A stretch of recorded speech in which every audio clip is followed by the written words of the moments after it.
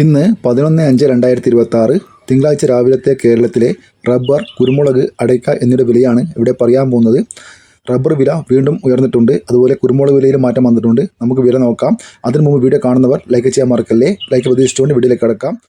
Rubber board വില Kottayam RSS 4 1 kilo 257 രൂപ, RSS 5 1 kilo 253 രൂപ, ISNA 20 210 രൂപ, ലാറ്റസ് 60% 161 രൂപ 70 പൈസ. ഇതാണ് കോട്ടയത്തെ വില. ഇനി നമുക്ക് റബ്ബർ വില കൊച്ചി നോക്കാം. RSS 4 1 കിലോ 257 രൂപ, RSS 5 1 കിലോ 253 രൂപ. ഇനി വ്യാപാരി നോക്കാം. വ്യാപാരി വില കോട്ടയം RSS 4 1 കിലോ 249 രൂപ, RSS 5 1 കിലോ 245 രൂപ, ISS 203 മുതൽ 203 രൂപ 50 പൈസ വരെ.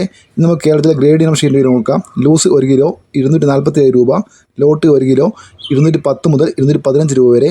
ഇനി ഒട്ടുപാലിൽ നോക്കാം. 80% DRCയിലെ ഒട്ടുപാൽ 156 രൂപ, 70% DRCയിലെ ഒട്ടുപാൽ 138 രൂപ, 60% DRCയിലെ ഒട്ടുപാൽ 117 രൂപ. ഇനി ലാറ്റസ് നോക്കാം.